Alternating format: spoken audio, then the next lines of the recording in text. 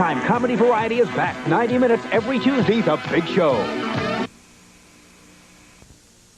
The Commission on Iran may meet with the hostages this weekend, and the federal government is scrapping subsidies to corn farmers who set aside part of their cropland. I'm Stan Borman. Complete details on those stories, along with all the rest of the night's news, coming up next on the Friday night edition of NewsCenter 11. Stay tuned.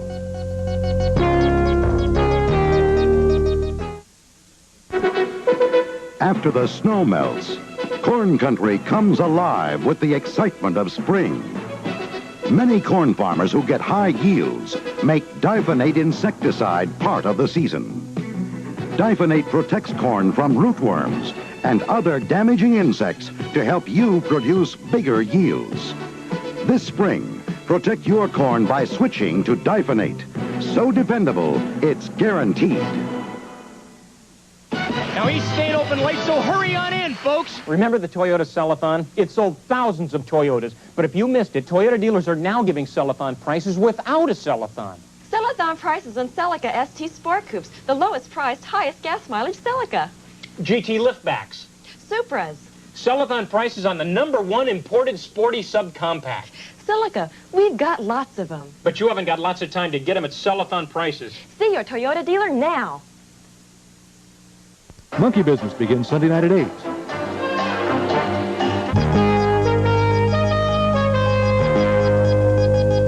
This is the 10 p.m. edition of News Center 11 with Glenn Burns weather, Tom Ryther sports, and anchorman Stan Borman. Good evening, everybody. Here's what's happening tonight at 10 o'clock. That United Nations Commission hearing evidence on Iran is still waiting to meet with the 50 American hostages in Tehran. There are indications tonight that a meeting will take place sometime over the weekend, but there is still no talk of the release of the Americans. NBC's John Cochran reports now from Tehran. The commission was expected to attend Tehran's weekly prayer services, which had been marred last week by clashes between leftists and Khomeini supporters. Security was beefed up in anticipation of trouble and of the commission's visit, but neither trouble nor the commission showed up. Instead, the commission reviewed the evidence it has accumulated on crimes, real and otherwise, of the Shah.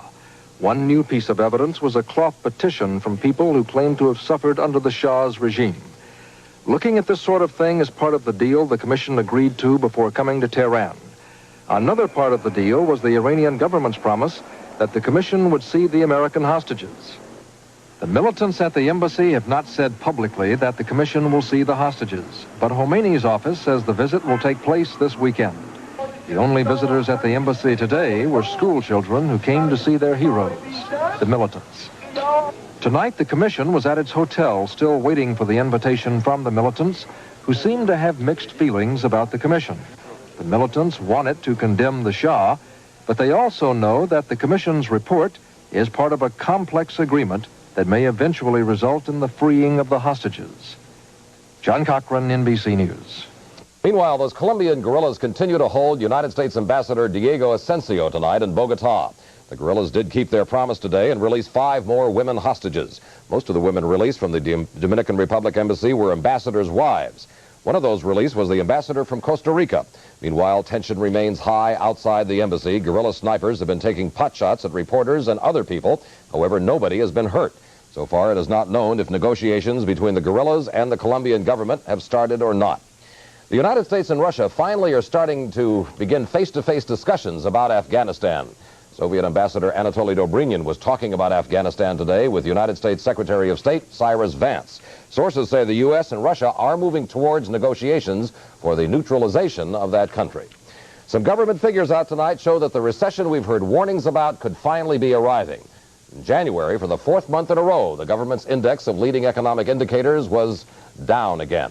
The rule of thumb used to analyze the index says that for 3 straight months of decline, that means a recession is on the way. Meanwhile, the prime interest rate is still climbing. New York City Bank today raised its prime to a record 16.75%.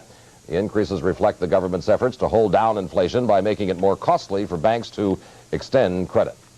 Secretary of Agriculture Bob Bergland announced today that the federal government wants American farmers to produce as much corn as they can. And to back that up, Bergland announced that farmers will no longer be paid to set part of their corn land aside. The so-called paid diversion program has in the past limited corn production and kept the prices up. But Bergland says rising world demand will take care of the surplus and will not adversely affect prices of grain. Corn is not going out of style. It won't rot. It is in great demand the world over. And my advice to corn growers is to store it, to hold it, and wait for better prices. There's no reason in the world to panic and sell. It's true the prices aren't as strong as most of us would like to see, but that mostly is the consequence of the huge crop produced last year. The first results of the St. Paul Energy Survey were released today. The surveys were mailed to every household earlier this month. St. Paul Mayor George Latimer said over 33,000 questionnaires have been returned, with more of them still coming in. The results show that over 2/3 of those responding felt that oil companies were the major reason for fuel shortages in the United States. Janet Mason reports. Mayor Latimer calls the response the best ever for a survey on energy. The survey asked a series of questions about energy use, transportation, and conservation efforts. The preliminary results show that 68% of those responding believed oil companies were the main cause for the fuel shortages in this country, while 46% felt people using too much energy was a major factor for the shortages. The survey also found out why some people refuse to take mass transit. 39% said the buses don't stop by their homes. Another 25% said they had to make too many transfers, and 20% felt it was just too slow. Latimer says this information will be used to design programs to help solve some of the energy problems. Clearly, the kind of program you shape, it isn't just going to be to paper the city with money, but it's going to be zero in on the real needs, whether it's a physical limitation, a lack of knowledge, or a lack of money. So I think we're going to have more focus in programs than we've ever had before as well. Latimer says he hopes some programs can be started by summer. Janet Mason, NewsCenter 11. Also in St. Paul today, a bill which would allow a wife to charge her husband with rape won its first victory today in the Minnesota House. The subcommittee passed the bill on a unanimous vote. Dennis Bounds reports. Lots of support for this bill, especially from women's groups. They say a woman should have a choice, even if she's married. Every woman should be free to determine how, when, and under what conditions she wishes to engage in sexual intercourse. The subcommittee members listened attentively as the witnesses cited various studies about rape and its being a violent crime. Marriage is not a defense for murder. Marriage is not a defense for assault. And marriage, they say, and the bill implies, should not be a defense for rape. Cohabitating battered adults are now being prosecuted for the physical violence. It follows that we must make it possible to prosecute for acts of sexual violence as well. Certainly, I think all of us in the room today would agree that a husband forcing a wife to have a sexual relationship with him that she does not want is inappropriate conduct. The bill passed by unanimous vote. It's now forwarded to the Criminal Justice Committee for consideration there. Dennis Bounds, NewsCenter 11. At about 9:35 tonight, a patrol officer stopped a motorist for speeding at the intersection of Highways 10 and 61 in Vadnais Heights.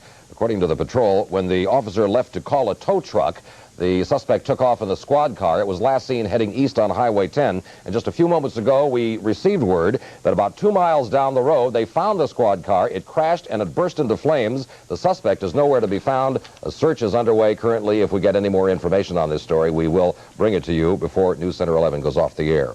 Still to come tonight, a California man is operating an exclusive sperm bank as part of a scheme to produce super bright children. We'll have that story and more as NewsCenter 11 moves along for this frigid getaway day.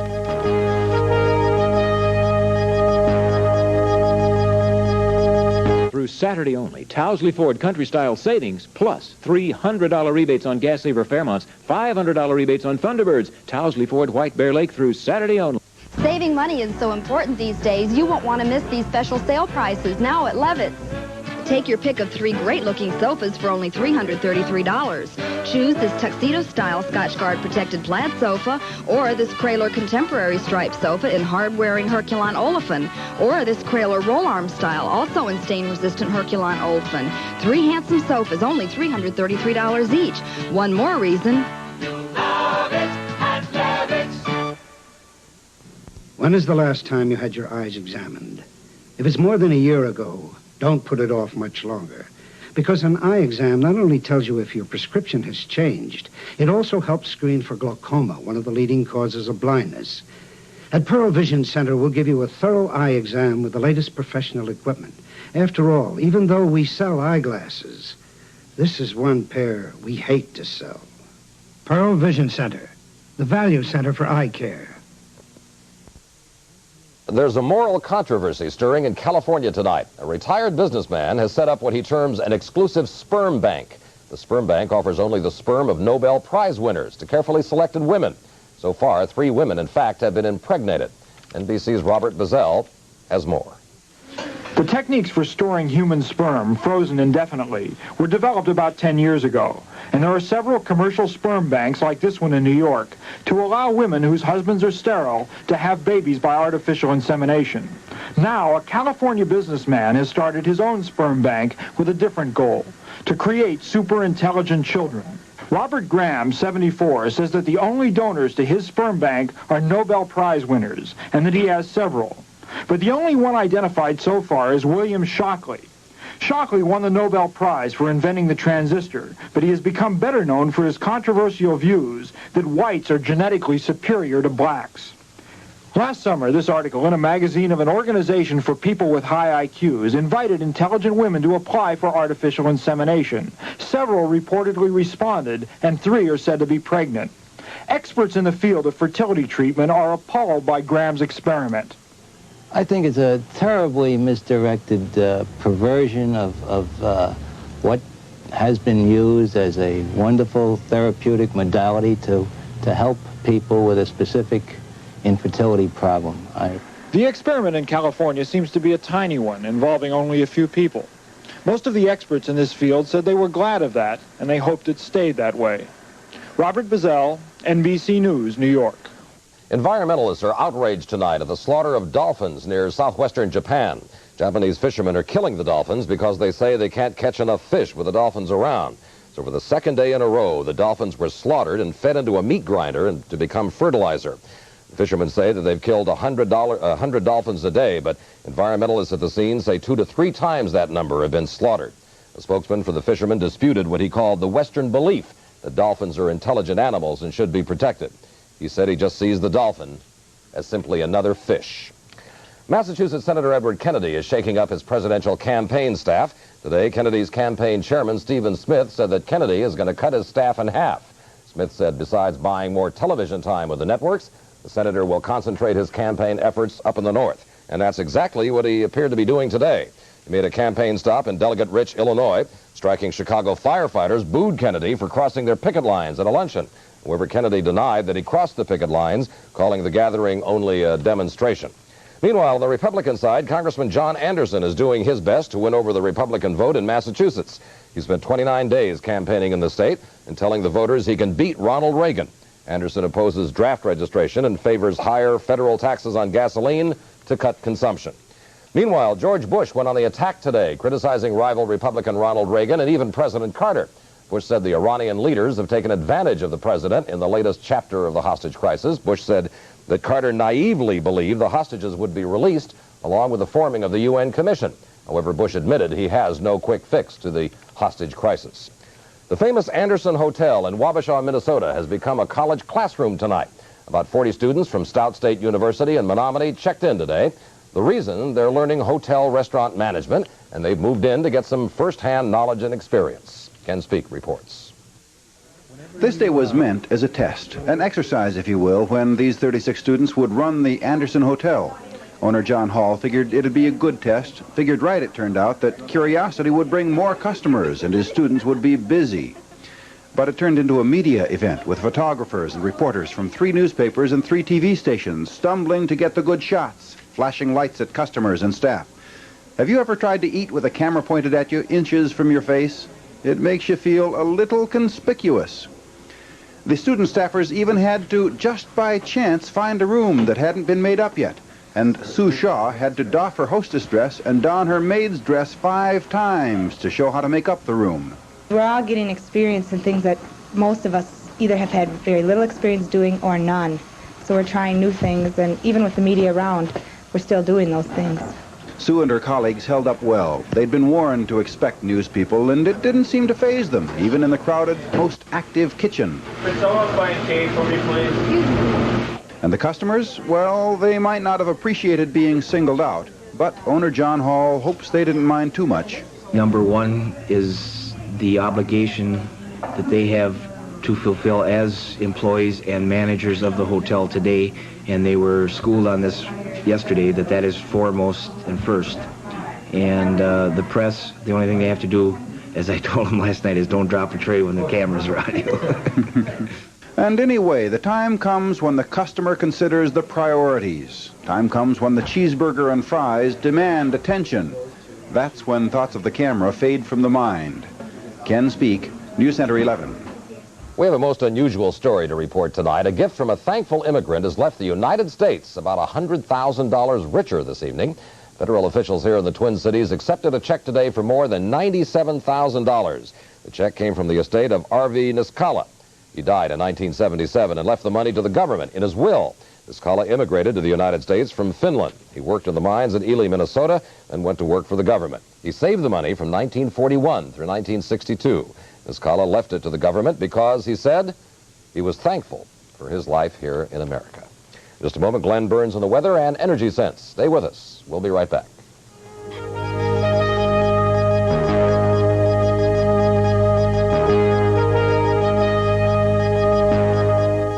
Through Saturday only, Towsley Ford country-style savings, plus $300 rebates on Gas Saver Fairmonts, $500 rebates on Thunderbirds. Towsley Ford White Bear Lake through Saturday only.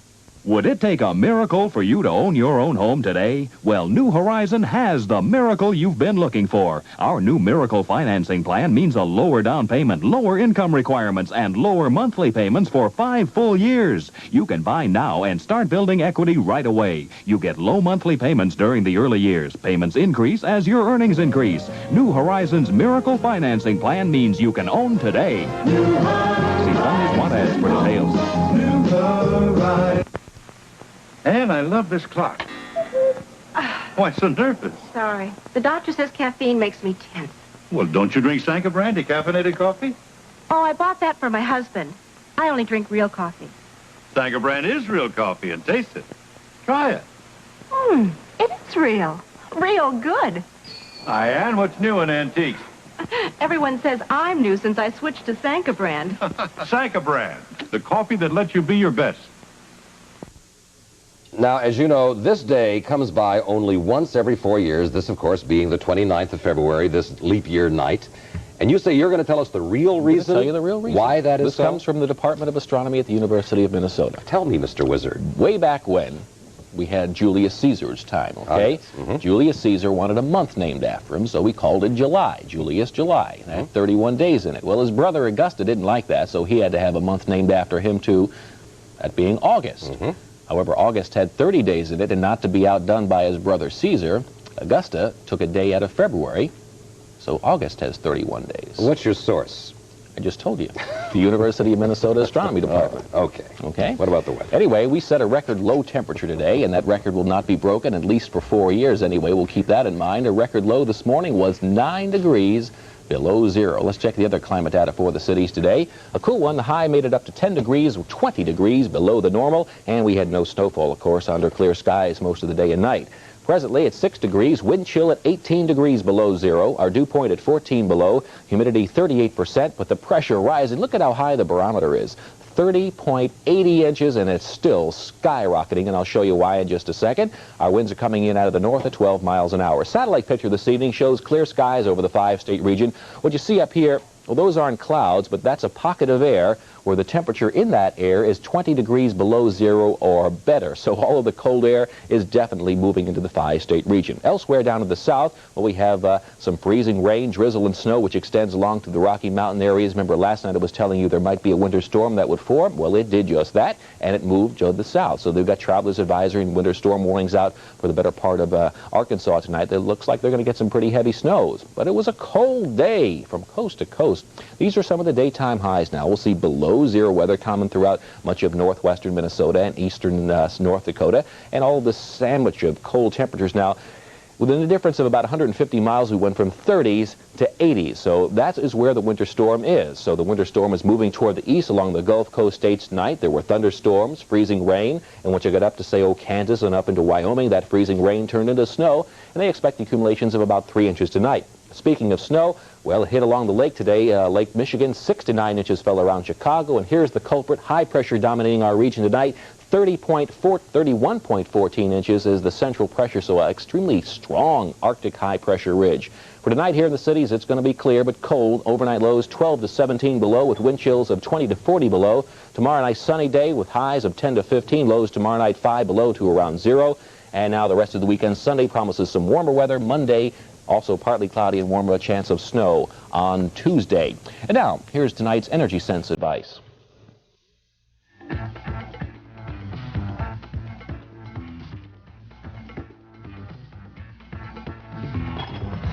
Today on Energy Sense, a few words about wood-burning stoves and fireplaces. You may not know this, but a wood-burning stove or fireplace needs a lot more combustion air or oxygen than a furnace does.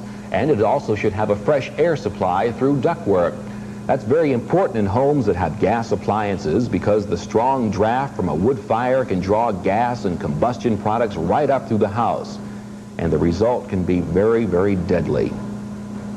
A wood-burning stove or fireplace should never be left burning at night without a direct source of outside air. That's why these venting products we told you about last time are so important. They provide fresh air sources to the fireplace or wood stove. Before you leave me tonight, just one more final word about the furnace.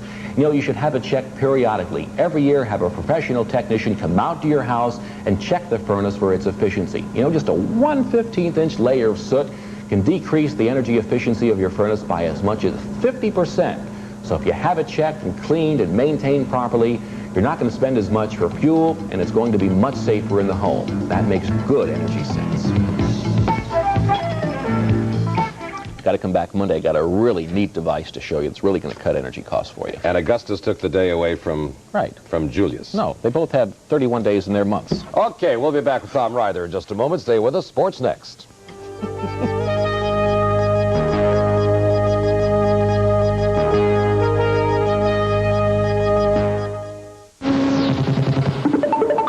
Budget Power's got some great ideas for your bathroom. Brighten up with a new tub by Elger or Kohler, or a beautiful new shower stall from our big selection. Budget Power has everything you need, from basic to unique, all at low discount prices. We're your one-stop place to shop for plumbing supplies. For faucets and sinks, medicine cabinets and vanities, shop where professional plumbers go. Budget Power, the idea store that saves you more. Introducing the all-new 1980 fish fillets from Mrs. Paul's. Look at those sleek lines. We gave it a more natural shape for 1980. And wait till you taste that light batter, crunchier than ever before. You'll also love our new lush interior. Firm, flaky fish that tastes fresher, because now it's frozen right at sea. So what do you say, America? Trade in your old fish fillet for a taste of something better. The new 1980 fish fillets and fish sticks from Mrs. Paul's at your supermarket now.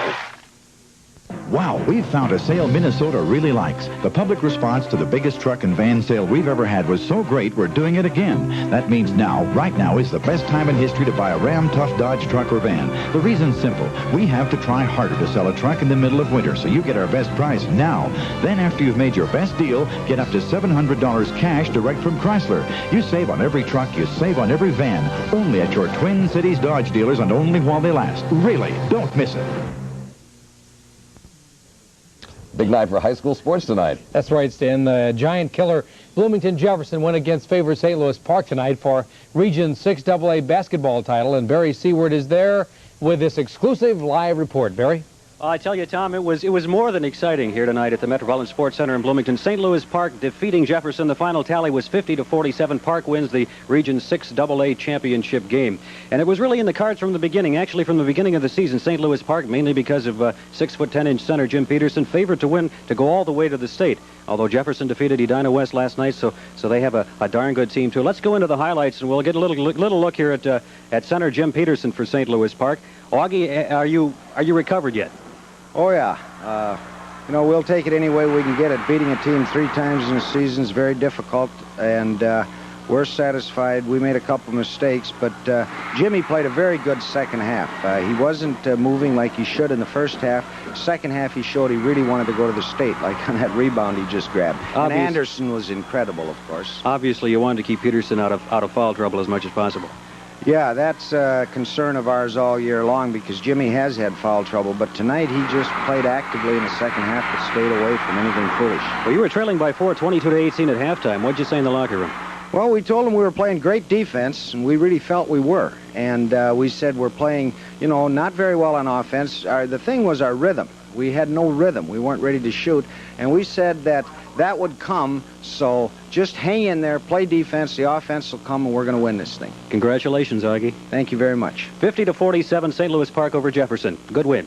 Back to you, Tom. All right, Barry, let's go to the scoreboard now. We have some other scores to report in high school basketball. First of all, to college basketball as we have it. We have LSU winning tonight. Georgetown an upset over St. John's. Maryland downing Clemson. Michigan will be here to play Minnesota tomorrow night. High school basketball now. St. Louis Park a winner. They'll go to state. Stillwater will go to state. They beat Mounds View. St. Cloud Tech will go. Rochester Mayo, a score you will not see. They beat Albert Lee tonight by 13 points. In the NHL, St. Louis and Hartford. Hartford wins. Gordie Howe, career goal number 800. Winnipeg leading Vancouver.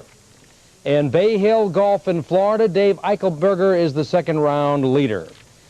The Minnesota State Wrestling Tournament went into the semifinal round at the St. Paul Civic Center. This is a Class AA match between Jeff Lean of Fridley and Don Williams of Apple Valley. It ended in a tie. Apple Valley upset Fridley tonight in team play, while Kennedy beat Worthington. When the Class A is still underway, the finals will begin at 6 o'clock tomorrow night. In the meantime, the Olympic hockey heroes from the United States are turning professional quickly. This is Mark Johnson of Wisconsin after his signing today with the Pittsburgh Penguins. Dave Christian is signed with Winnipeg. Phil Verkota may join the North Stars in time for the game tomorrow night with Chicago at the Met. Jack O'Callahan may be with Chicago tomorrow night. Jim Craig will be with Atlanta tomorrow, while Buffalo is still talking with Rob McClanahan and Mike Ramsey. Tonight, Joe Boyle on the road with the Twins in Florida visits with our all-star shortstop. 162 games for Roy Smalley last year with the Minnesota Twins. That's a full schedule, all you can play. He talked to Roy in spring training this year, and he feels there may be players available to give him a respite somewhere along the line during the season. I think we've got some infielders in camp that are really going to help us, but as far as I'm concerned, I think I've learned how to go about playing in 162 games, and I just soon do that again this year. I don't like sitting around, and even if it's only for a couple of games, I feel like I can help the club, and I feel like I've learned enough about myself and about how to play the game mentally that I can play another 162. In spring training in Orlando, Florida with the Minnesota Twins, I'm Joe Boyle for NewsCenter 11. Yeah, I think earlier I might have missed a couple of hockey scores in there, so let's try to retrieve them now. As we see, Benilde over Marshall U, and South St. Paul defeated Cretin in playoff hockey tonight. And that pretty well covers the sports. By the way, the March 9th boxing bout between Scott Ledoux and Ron Lyle. Lyle is injured. He's being replaced on the card by unbeaten Los Angeles heavyweight Marty Monroe.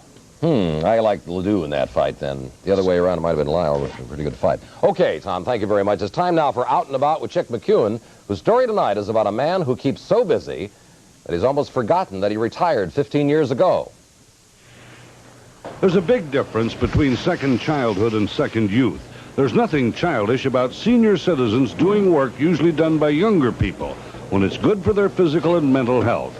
Harold Bjurbeck is 80. For 10 years, he's been a carry-out boy at Lunds on Penn Avenue. An insurance man in Norway before coming to America, he worked in men's furnishings at Dayton's for more than 20 years, retiring from there in 1965. I keep young by working like this. The Lord has given me good health. I've never been sick in my life. So I adjust that type. I have to have something to do.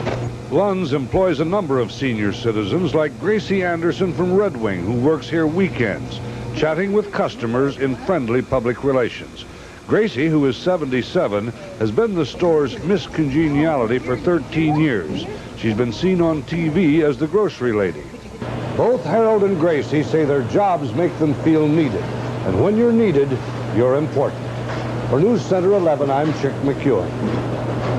And that does it for tonight. Dennis Bounds will be here over the weekend. We'll see you again Monday at 6 with all the latest. Until then, for all of us, including the people whose names you're about to see, I'm Stan Borman. Thanks for watching, and good night, everybody.